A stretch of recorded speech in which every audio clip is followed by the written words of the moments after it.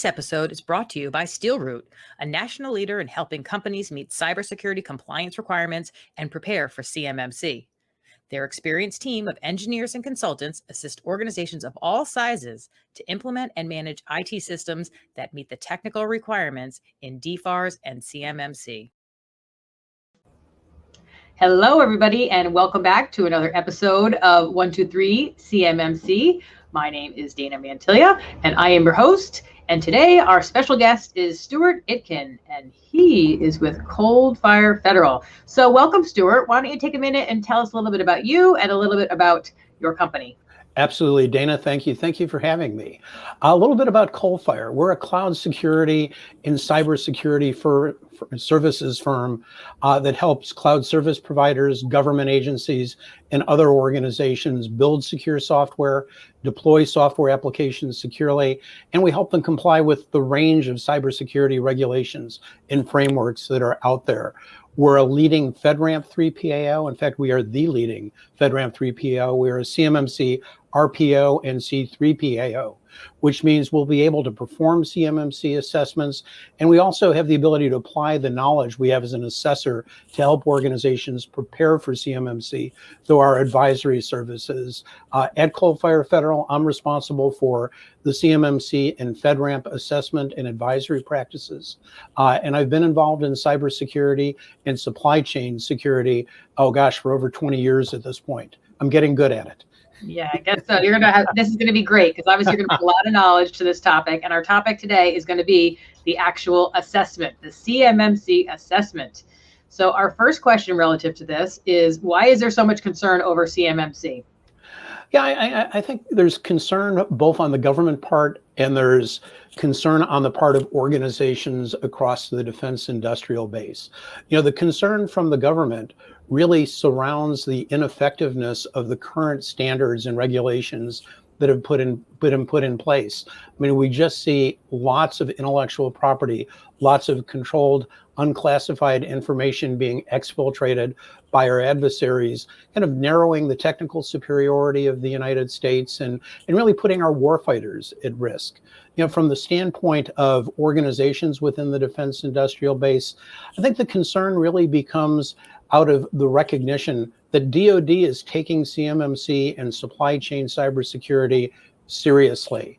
And CMMC will become an absolute requirement that organizations need to satisfy in order to be included on a government contract going forward. And so I think this is what organizations are concerned about, that it is something that they do need to achieve in order to maintain their status as a supplier to the Department of Defense. Mm-hmm. And that brings up our next question is, what's the big difference between this and any of the other requirements that they had to do so far?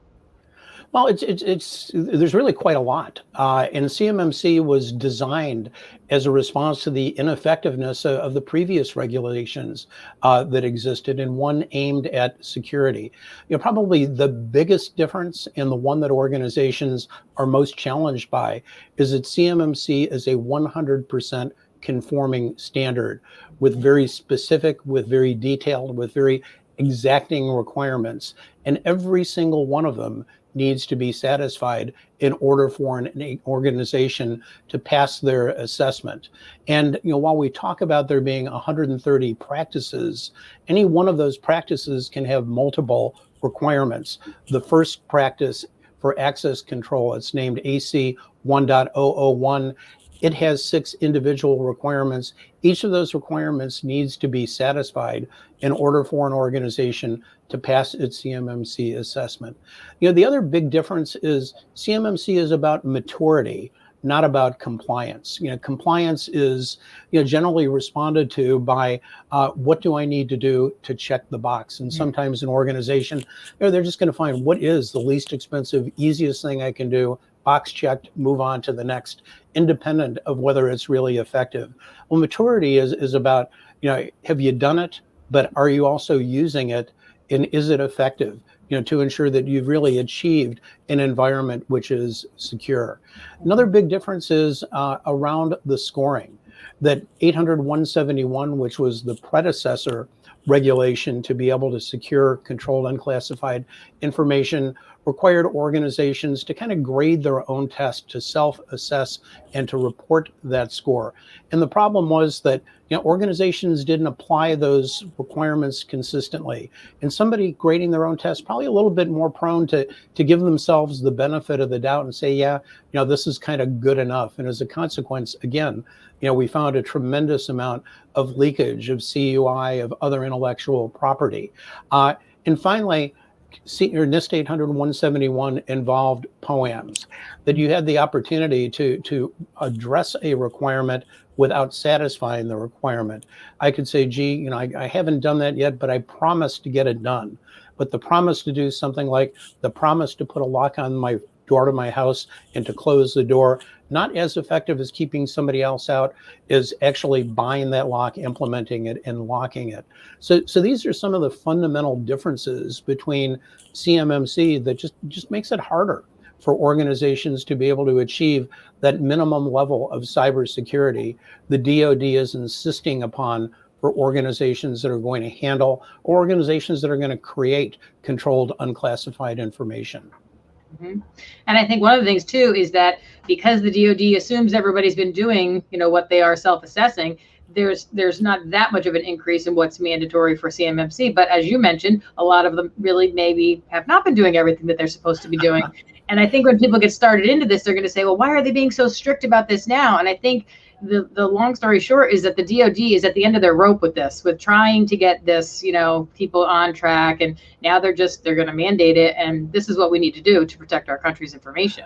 Absolutely. And the requirement has largely been there. NIST 800-171 as 110 of the 130 requirements that exist within CMMC at level 3. And had organizations been satisfying those 110 controls, kind of the uplift to get to CMMC, it would have been relatively small. The challenge is that on average, organizations have just not responded, have not satisfied 800-171. And so, kind of the delta, or maybe put another way, the baseline which they're starting from is fairly low. Had they satisfied 800-171? Yeah, and for those organizations that have, I don't mean to imply there were organizations that haven't, the lift is a fairly easy one to be able to move forward.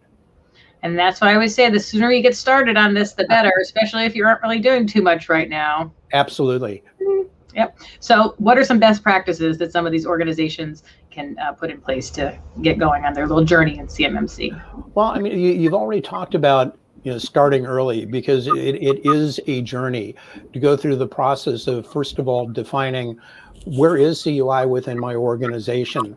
What are the business processes that handle CUI? How are those business processes supported by information technology? And that effectively defines the information technology that needs to be protected. Next, it's going through the gap assessment. What is the difference between my current state and programs in flight from what I need to satisfy with CMMC? And again, the CMMC requirements are exacting, and they go beyond simply the security controls or the configuration of your environment itself. They involve the documentation. So they include the policies, which then need to inform the SSP. It forms the procedures, the self-assessment, and all the objective evidence that needs to be created. And all of these constitute part of that gap assessment as well, to determine whether the information you have is adequate and whether it is sufficient to be able to satisfy CMMC requirements, from there. Beyond that, the best thing an organization can do when they think they're ready is to kind of practice. Take a mock assessment. We found, some organizations that have gone to the extent of identifying or assigning control owners.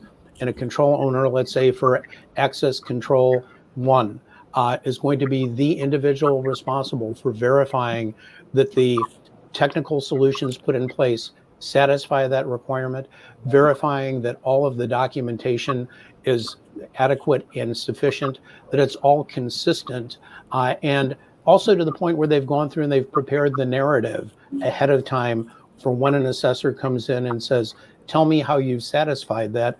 They're not kind of, just doing it on the fly. They've already rehearsed it. They know what to do.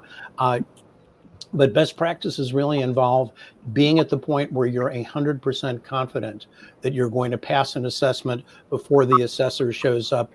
And again, the best way to do that, take a practice test with somebody who understands the grading scale and the criteria. Mm-hmm. That's two great things you just said. I love the idea of assigning people to be responsible for different controls, because that helps, we're creating a culture here, and this helps get everybody involved in it. And then the idea of the practice assessment is a great idea, because, if you pretend, okay, this is really it, this is what's going to happen, that's what you're going to find out. And I always use the fire drill analogy. When we were kids, every single one of us knows what to do in a fire drill. But when it comes to a cyber attack, how many of us really know what to do? And then, into the assessment, what ask us. And that's a great analogy, actually. I mean, and just let me jump in relative to things like maturity. That an incident response is a fire drill. And part of the requirements for CMMC is to demonstrate maturity. Have you gone through a fire drill? Have you done a mock assessment? These are some of the things that organizations or that CMMC assessors are going to be looking for. It's not just, do you have an incident response policy? Yeah, I think we wrote one of those once. Somebody can probably find it. No, it's, do you know it? Is it handy? Have you gone through it? So that in the event, the bell starts to ring and there's a fire, you know what to do with respect to an incident response. Mm-hmm, absolutely. And then as far as the assessment goes, can you give us a little sneak peek or how this is going to go, or what the exam is going to be all about, and a little cheat sheet on the grading system? Well, so the good news is you can look at the exam. The exam is available as a CMMC assessment guide. It's available on the DoD PMO website. It is a long document, but it walks you through every requirement for every practice and tells you exactly what an assessor is going to do to be able to evaluate whether you've satisfied the requirements for that, or satisfy the requirements for that practice, or if not, and to be able to go back and make sure again. The new Department of Defense's Cybersecurity program, CMMC, can be very confusing and overwhelming. A3 is a cloud-based collaborative environment for an organization seeking certification. A3 builds CMMC packages and has access to a marketplace of consultants, RPOs, and assessor C3PAOs.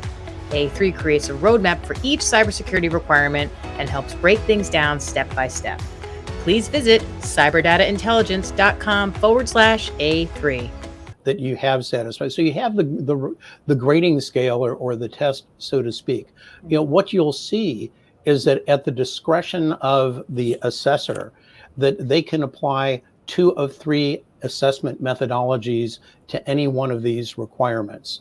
And in fact, they will go through every requirement and they will apply 2 of 3 at their choice. And the 3 are, they can interview, they can examine, or they can test. And let me give you an example. There's a requirement that says that you will kind of blank out a screen after so many minutes of inactivity to make sure somebody doesn't walk by. Well, an assessor, in satisfying that requirement, can go and he can interview and say, tell me how you satisfy this requirement, what you do. And the interview response may be, that we have a timeout, and after 15 minutes, a screensaver automatically comes on. To deactivate the screensaver, somebody needs to hit the escape key, they need to rekey their password, and they then get access to the system. Great. So I've interviewed. Now, 2, I want to examine. Show me the policy that you've written, and the policy should say exactly that. And the final element is the assessor may say, well, I want to test this. So let's bring out a workstation, and I want to sit and let's wait 15 minutes.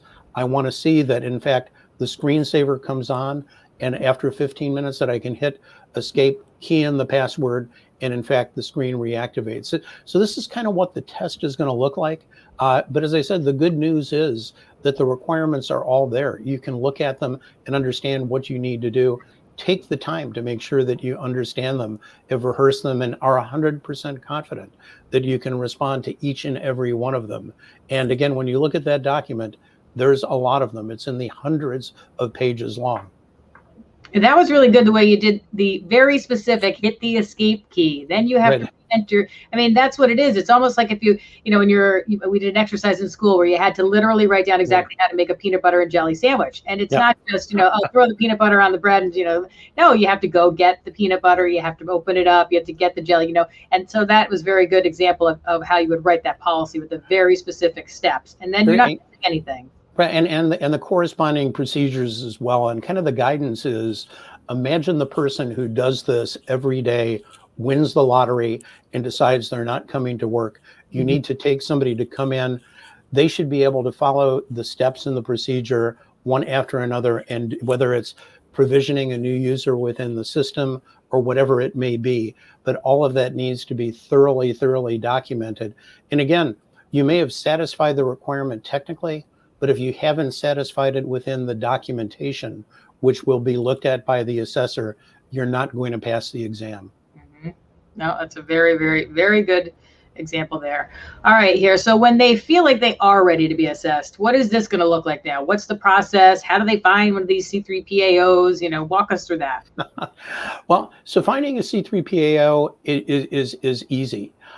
You go to the CMMC accreditation body marketplace, and you'll find the area for C3PAOs. Now, marketplace isn't quite ready for C3PAOs to begin doing assessments. The DIBCAC still has work to do. The CMMC PMO has work to do. The accreditation body has work to do. But when you're ready, you'll be able to go to this website and identify the list of C3PAOs. These are third-party or CMMC third-party assessment organizations. They have gone through a significant vetting by the DoD to ensure that they themselves meet certain security standards, that they themselves are CMMC compliant. And it will list and provide, these are the organizations for you to choose from. It's up to the individual organization, or what's referred to as the organization seeking certification, or you may see the initials OSC, to choose a C3PAO. And you may want to choose a C3PAO based on a number of different factors. One, it could be price. It's a free market. C3PAOs are able to set the price that they want to charge for an assessment. Some of the things that will influence that is proximity. If you're in Washington, D.C., you may want to choose a C3PAO in Washington, D.C., because they're going to need to show up and verify some of your physical security and physical security controls. And you want somebody who can probably drive over rather than needing to buy an airplane ticket and stay in a hotel. These are some of the things that will affect it. You also may want to find a C3PAO that is more familiar with the type of environment that you have. And so that you may find C3PAO who has more familiarity working with the Microsoft Azure and GCC high stack, another one who's more familiar with AWS, another one who perhaps is familiar with a particular MSP. And they're going to be able to perform your assessment probably more quickly and less expensively than somebody who doesn't have that expertise. So up to you to choose the assessor. It's up to you then to negotiate a price and come to a technical agreement with that. At that point, the C3PAO is going to assign an assessment team. The assessment team will be led, now there's not enough alphabet soup already, by somebody who's called a CCA3, or a certified CMMC assessor at level 3, who will lead the team of 4 people who will do this assessment. They will work with you to come and arrange a schedule that makes sense for you and for them. They will send an intake form to be able to get basic information about your environment. And then when the assessment starts, it will start with a kickoff meeting in which the assessment team will introduce themselves. They'll explain the process that they are going through. They'll explain who it is from your organization they want to speak with for the interviews on which individual practices. And it should be somebody, again, who is familiar with that individual area. It can be somewhat of a discussion where the OSC can suggest, well, here's how we think you should assess this particular practice. But ultimately, it's up to the assessment team to decide how they're going to do it, or which two of the three assessment methods they're going to provide. Once they go through that in the kickoff meeting, it kind of goes through a process of walking through these practices, one at a time. At the end of each day, there will be a review session in terms of what was set out to be accomplished, what was accomplished, what will be happening the next day. And at the conclusion, there will be a wrap-up meeting in which the assessor will effectively say to the organization whether you've passed the assessment, or if not, which are the items that you have failed to satisfy. At that point, the C3PAO will submit its findings to the accreditation body with a recommendation as to whether it's a pass or whether it's a fail. That's a little nerve-wracking. Think about that. We kind of mentioned some of this stuff as to who's going to be involved. So that's what they're going to do is the day of the meeting, they're going to say, this is who we want to interview, or this is who we want to, speak to. I guess they're not going to tell you any of that before you get there, because then if they said, this is what we're going to look for, and this is who we're going to talk to, then that's all you would focus on is those people on those. Well, and some of that may come in advance. Again, it's up to the individual assessment team and C3PAO specifically how they want to do this. I would imagine that a number of them are going to want to do this in advance of showing up to ensure that the organization seeking certification is prepared. The objective of the C3PAO is not to fail the organization, it's to assess the organization, and ideally to see that organization passes the assessment. So helping the organization understand what it is that they need to have prepared, understanding which individuals need to be involved at what point in the assessment are all things that they're going to want to do ahead of time to ensure that as an organization, you're prepared to go through that assessment. And, here's one specific question. We went through the example before about the password, policy or the timeout for the screen. But walk us through another example of how an assessor would evaluate one specific control.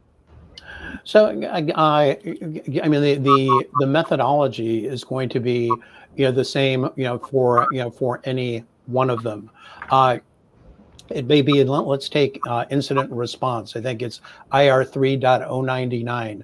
Not that I'm that familiar with the individual controls. But IR 3.099 requires that you have an incident response plan. And the assessor may, again, through interview say, so you've had an incident that has occurred. Tell me what are the steps that your organization goes through to be able to, again, respond to an incident. And that's the interview. And they may say, okay, let me see the policy and the incident response plan that you have on file with your organization. And that would be the second and examine. Here, the test is more likely to say, okay, I want to see demonstration of maturity. Can you show me the results of a tabletop exercise that you have conducted to, again, have the fire drill to have rehearsed what you would do in the event that an incident occurred. And again, they're going to generally ask for two of those, not all three of them, but that'll be the nature of the inquiry that an assessor is going to walk an organization through and do that for every requirement for every one of those practices. Yeah, and I think you mentioned the CMMC assessment guide, which is perfect. Everybody needs to, before they do anything, download that guide and then just start there. So that way you can walk through and say, okay, where do we have our act together and where do we maybe not have our act together before you even get anybody to come in and hire any consulting or anything.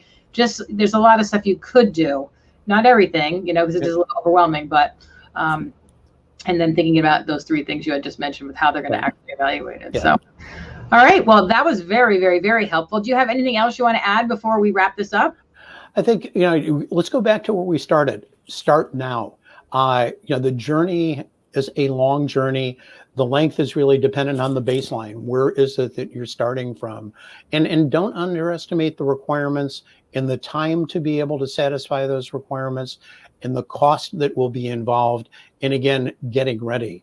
And the one piece of advice is get a guide, somebody who has invested the time, who is a specialist with respect to CMMC, who not only understands these controls, but understands how an assessor is going to look at them, so that when you go through and do that gap assessment, that you're looking at it from the perspective of an assessor to ensure that the remediation and the activities that you undertake are those that are going to assure you 100% that you'll be able to pass the assessment when it's your turn.